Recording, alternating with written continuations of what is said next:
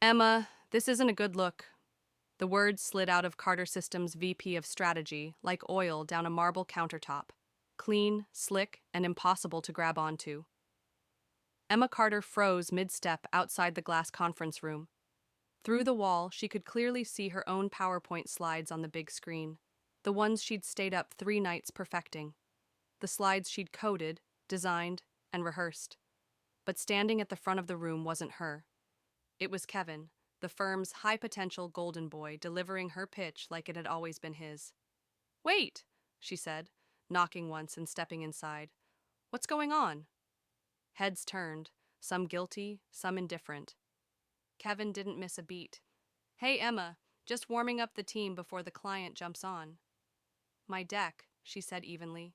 "That's my data model, the patient flow optimization module I built." "Well, it's the firm's now," Kevin said with a smile that didn't touch his eyes. "And the client asked for a more polished face. No offense." Emma's jaw tightened. "You mean a male face?" No one answered. No one needed to. She walked out without another word. The door clicked shut like a verdict. She sat in her car in the parking lot for over an hour. No music, no tears, just the hum of anger coiling into resolve. This wasn't new. The first time she'd been erased was when she was 17. Home from school, clutching her MIT acceptance letter, and watching her father blink twice as if she'd said plumbing school. "MIT," he repeated, glancing at the envelope like it might be forged. "But why?" "Because I got in," Emma said, holding his gaze. "But Emma," her mother Margot chimed in gently, "no one from our circle goes there. Wharton, yes, Yale, of course. But MIT?" She lowered her voice like it was a slur. "That's for the kids who build things, not run them." "I want to build things," Emma had replied. Her older brother Ryan snorted from the hallway. "Guess someone's got to invent the next vending machine." They laughed. She didn't. And from that moment on, they never quite took her seriously again.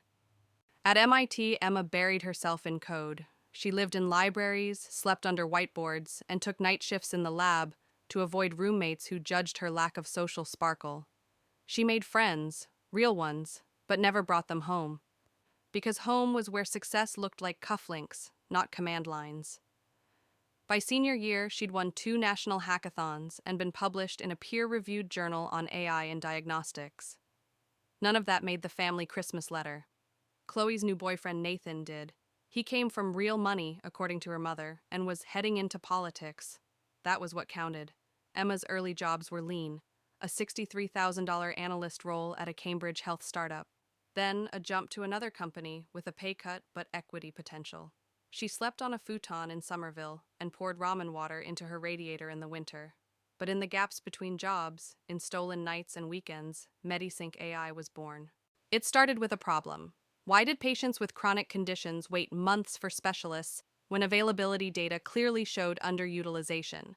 The answer, as she saw it, no smart routing, no data-driven triage, no scalable system. So, she started coding it herself. She created a platform that used symptom tagging, urgency ratings, and historical data to match patients to specialists in hours, not weeks. She called it MediSync AI, a quiet revolution in a clumsy healthcare system. But the funding gauntlet was brutal. "I love the idea," one VC told her, "but do you have a technical co-founder?" "I am the technical co-founder," she replied. He smiled like she was a child playing dress-up. Another offered to invest if she stepped down as CEO. "Let a seasoned guy handle the big stuff," he said. "You can be CTO or, product visionary or whatever." She pitched 37 times before someone said yes. That yes came from Janelle Price, a former hospital executive turned angel investor. She walked into the meeting, listened for 10 minutes, and said, "Healthcare doesn't need another dashboard. It needs what you're building." Emma cried in the elevator after, then called Janelle back to negotiate terms. They set up shop in a co-working basement that had no windows and spotty Wi-Fi. Emma hired a back-end dev, a UI/UX contractor, and Janelle's niece to run admin, but it was Emma who pulled 20-hour days. Emma who fixed bugs at 3 a.m. Emma who handled the hospital pilot documentation. Emma, who cold called 200 clinics just to get one beta test. Every pixel on MediSync's first interface was soaked in her sweat. And when the pilot at Mass General went live and reduced patient wait times by 62%, the hospital's CTO told her, "Why hasn't someone built this before?" "They have," she replied, but no one listened. She never told her family. They still thought she was finding herself, still teased her for driving a beat-up Honda and bringing hummus to Thanksgiving. What they didn't know, that Honda was paid in full from her seed round, and she had more equity than Ryan would ever see at Carter Investment Group. 1 week before the family's annual dinner, Janelle pulled her aside. "SoftBank wants in $40 million, pre-IPO valuation, $100 million. Emma blinked. "That's real." "It's more than real," Janelle said. "It's leverage. You've built something that matters." Emma sat with that. All the dinners where Chloe got center seat. All the conversations where Ryan interrupted her mid-sentence. All the holidays where Emma was the afterthought. Not this time. She opened her closet that night and looked at the Chanel her assistant had picked out for Media Day, then set it aside and reached for a $40 Banana Republic dress. If they only respected her after seeing the price tag, they didn't deserve the label. If you've ever been overlooked after giving everything you had, type 1. "You're being cut off, Emma." The words landed like an ice bath in the middle of the mahogany dining room. Crystal glasses clinked in the stunned silence, duck confit untouched on white porcelain. Emma looked across the candlelit table at her mother's expression, elegant, unbothered, and utterly rehearsed. "I'm sorry," she said, blinking once. "We've decided to reallocate family resources," Richard Carter clarified, swirling his scotch as if discussing weather. "Your brother Ryan will assume control of the family trust next quarter. Chloe and Nathan will receive the Cape Cod property following their wedding." Margot Carter added lightly, "And you, darling, are self-sufficient now, yes?" Emma's fork froze above her plate. "So, no more support, at all." "Correct," her father confirmed. "Allowance, access to family properties, travel fund. It's time we support ventures aligned with the Carter legacy." Translation: You've never been enough. It had been a mistake to come. Emma had known it the moment she parked her 12-year-old Honda behind Ryan's gleaming Porsche. She could have arrived in her Tesla, could have worn her Cartier watch, could have brought up the $40 million SoftBank deal that just closed. But no, she wore a plain black dress and a half smile, because deep down, despite everything, some stubborn part of her had still wanted to be accepted for who she was, not what she was worth. And they'd responded by erasing her. Again, this time, with a perfectly chilled Chardonnay and polite condemnation. Earlier that evening, the house had looked exactly as she remembered it. The white columned colonial framed by manicured hedges and sterile affection. Margot had greeted her with a faint air kiss. Emma, on time for once. She handed over a bottle of $30 Cabernet. Traffic wasn't too bad. Inside the solarium, Ryan was already holding court, regaling guests with tales of his corner office and 14 direct reports. Chloe fluttered nearby in a pastel sheath dress, waxing poetic about guest list problems. The governor can only stay for the reception, not the ceremony. Ugh. Aunt Helen was the only genuine smile in the room. "You made it," she whispered, pulling Emma in for a real hug.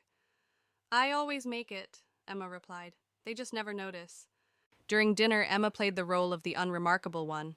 She nodded at the right moments, smiled on cue, pushed her duck around the plate, until her turn came. "So, Emma," Richard said, knife glinting in candlelight, "still doing that little tech thing?" "It's called MediSync AI," she answered steadily. "We're expanding to several hospital systems. Just finalized a—" "That's nice, dear," Margot interrupted, waving her fork. "Ryan, tell everyone about the Nantucket property." Emma fell silent. Again. Only Aunt Helen noticed the way her hand trembled as she reached for her water glass. The announcement came between the main course and dessert. Richard stood, napkin in hand, and cleared his throat. "As you all know, maintaining the Carter family legacy requires foresight, structure. We've made some estate decisions accordingly." Emma's stomach tightened. He spoke of responsibility, alignment, future vision, all the words that meant conformity cloaked in concern. When he turned to Emma, his voice shifted. Your choices have been unconventional, Margot added quickly. We've supported your independence long enough, but it's time you stand on your own, completely. I have, Emma replied, voice calm but cold. For a decade, Ryan shrugged. Then what's the problem? The problem was not the money. Emma hadn't touched a dollar of Carter Trust since college. The problem was the ceremony of it, the public shaming, the calculated message that she didn't belong. They weren't cutting her off. They were cutting her out. She was still processing the words when her phone buzzed in her lap. Once, twice, then 3 times. Janelle. Emma's heart kicked. Janelle never called during dinner unless... She picked up, turned slightly away from the table. What's going on? Janelle's voice came fast, excited. SoftBank's in. 40 million, Emma. Valuation confirmed 100 million. Goldman's popping champagne. For a beat, the entire dining room went silent. They'd heard. Emma turned back toward the table.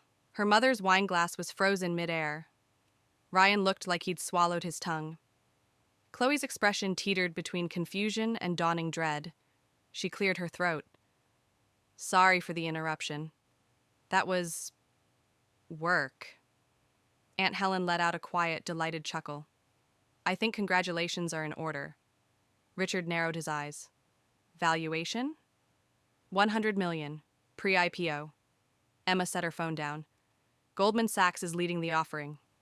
Ryan's eyes widened. Goldman? Who's handling it? Marcus Steinberg. The room froze again. Richard's face shifted from scorn to calculation.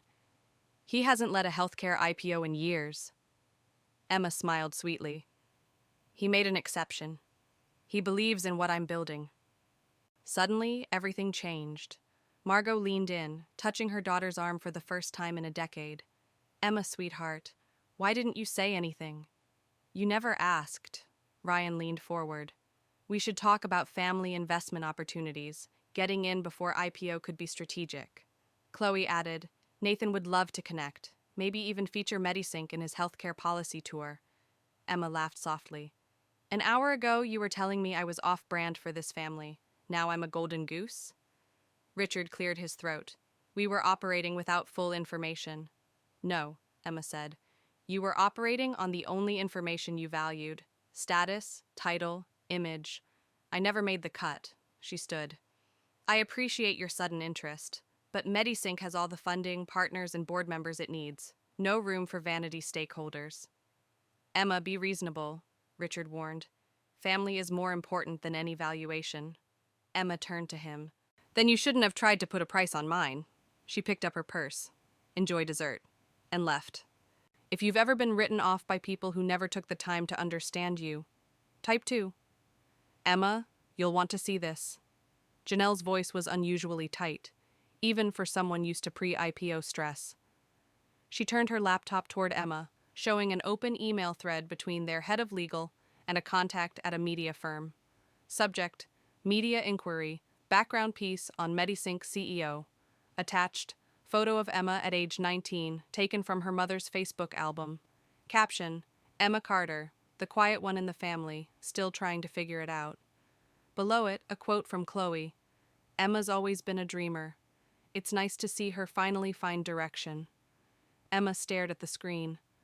They're trying to rewrite the story. Janelle nodded.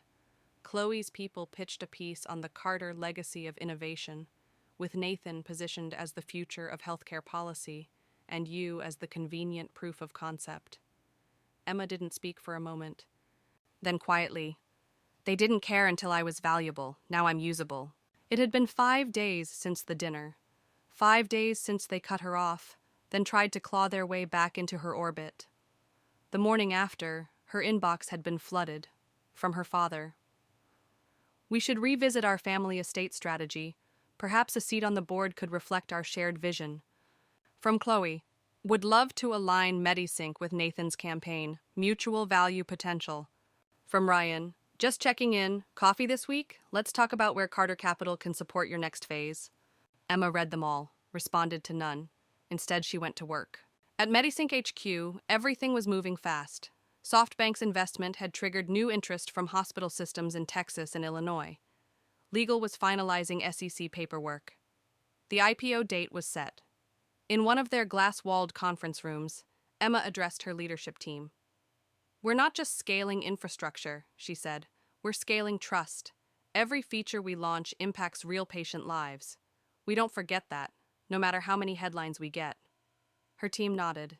They believed in the mission, believed in her. It was the only validation that still mattered, until Ryan showed up. He stood in the Medisync lobby with a manila envelope under one arm and his signature too-white smile. "I was in the neighborhood," he said, pretending not to notice the receptionist's hesitation. Emma stepped out of her office, jaw tight. "This isn't a drop-in kind of company, Ryan." "Can we talk?" he asked. "Privately." She led him to a side conference room. No coffee offered, no handshake. He placed the envelope on the table. "This is a proposal from Dad. Investment through the family office. Board seat option. Terms are flexible." Emma opened it, scanned the first page, and laughed. "You want to buy into the company that wasn't good enough 5 days ago?" "It was a misunderstanding," Ryan said quickly. "We had incomplete info. You had the only info you valued: control, prestige, pedigree, and I didn't fit the mold." Ryan shifted. "Look, it was bad optics, okay? But now the family wants to make it right." Emma met his gaze. "What you want is to attach your name to something already winning." Ryan raised a hand. "We could help, you know.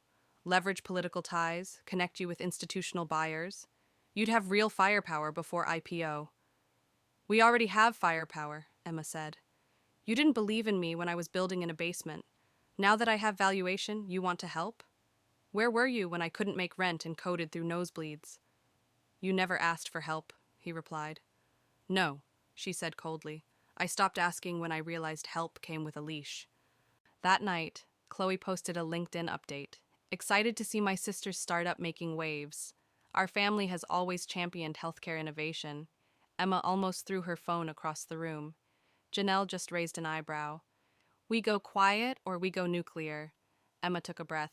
"Neither, we go surgical." "Oh." The next day, she invited Chloe to lunch. At a quiet restaurant downtown, Emma waited while Chloe arrived 10 minutes late in a tailored blazer and political wife smile. "I'm so glad you reached out," Chloe beamed. "Nathan's thrilled about the exposure possibilities. There's even talk of you being a panel guest at his summit." Emma sipped her iced tea. "So you can stand next to me on stage and pretend we built this together." Chloe blinked. "Don't be petty. We're family. We elevate each other." "You didn't elevate me," Emma replied. "You ignored me until my valuation passed your wedding budget." Chloe leaned in. "This attitude isn't productive." Emma leaned closer. "Neither is pretending we're allies. Let me make this clear. Medisync will not fund Nathan's campaign, support his policies, or appear on any shared materials. You use my name again without permission, and I will sue." Chloe's smile flickered. "You wouldn't." Emma pulled out a copy of their family trust agreement, highlighting a clause. "Remember this clause? About misrepresentation? I've already flagged it with legal." Chloe's lips parted. "You're serious?" "I'm not your PR stunt," Emma said softly. "And I'm not the family's redemption arc. I'm the reason they're being watched now. Think carefully about your next step." That evening, Emma received a text from Aunt Helen. "Proud doesn't even begin to cover it. I knew you had it. But watching you demand your worth, it's breathtaking." Emma replied, "I'm not finished yet." "Have you ever been valued only after you succeeded? Never during the climb?" Type 3 if they only believed in you once you didn't need them. Subject: SEC compliance breach, potential conflict of interest. Identified. Emma Carter reread the subject line 3 times. The email had come through Medisync's general counsel, forwarded with a heavy note. "We may have a problem. You need to see this." Attached were flagged filings from a passee connected to Nathan Blake, Chloe's fiancé, showing a supposed donation of $250,000 from Medisync AI, Carter Family Division. It didn't exist. Her stomach dropped. Chloe hadn't just tried to attach herself to the company. She'd tried to fabricate a financial tie to a political campaign under her company's name, without her knowledge.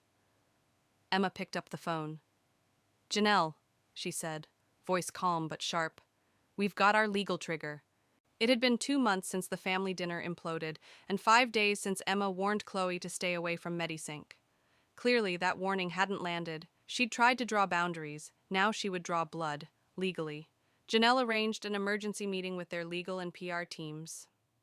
"If this gets out," their head of comms said, "it looks like your healthcare platform is financially backing a politician whose ethics are already under scrutiny.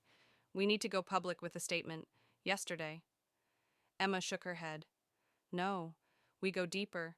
She turned to the legal team. "Trace the filing. Identify who submitted it, when, and how.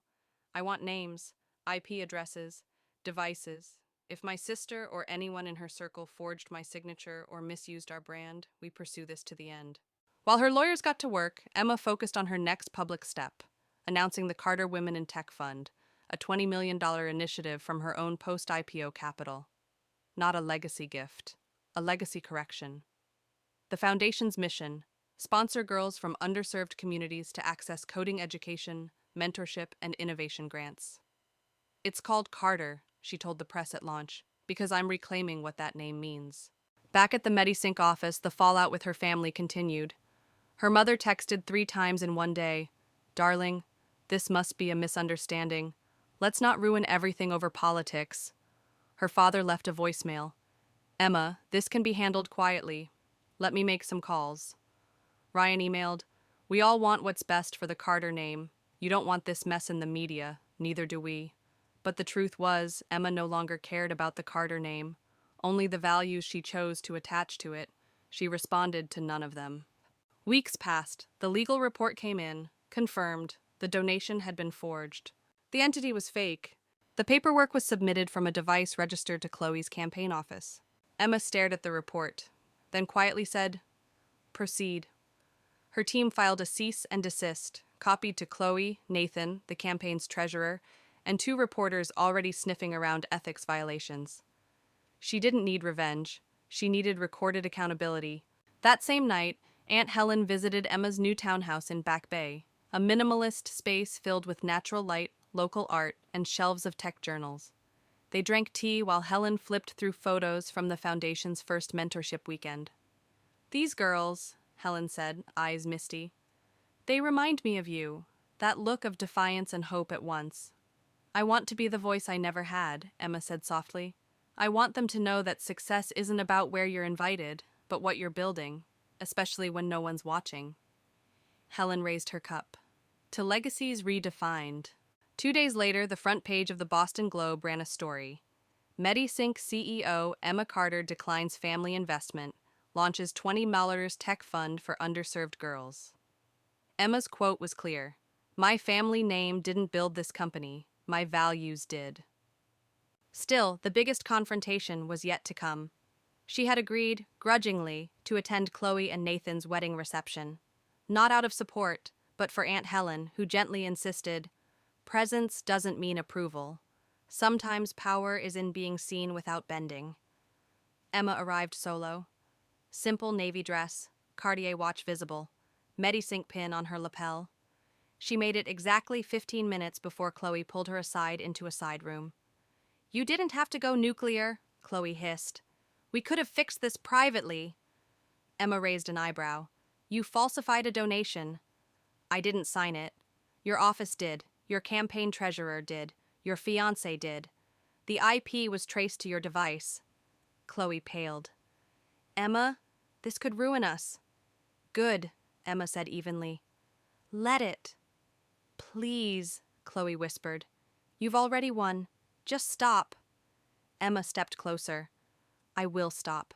When every last trace of my name is removed from your platform, your campaign, your funding pages, and your talking points, you will not use me to launder your ethics."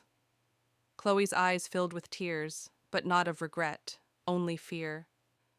"And if you so much as hint at using Medisync again," Emma added, My lawyers will skip cease and desist and go straight to federal ethics complaints. Chloe didn't speak again. Emma didn't wait for her to. That night, back at home, Emma received a quiet message from her father. I misjudged you. You built something real. I didn't see it. Emma stared at the message for a long moment before typing, It's okay, you weren't supposed to. And she meant it. The next morning, she stood on a stage at a National Health Innovation Summit. Rows of hospital leaders, founders, and young women in tech faced her. I used to think legacy was something you inherited, she began. But now I know, it's something you build, not with approval, but with purpose. She paused, looked out at the room. My name may be Carter, but what I stand for has nothing to do with inheritance and everything to do with intention. If you've ever had to rebuild your legacy from pieces others tried to erase, type 4. This isn't about revenge. It's about never needing permission to begin.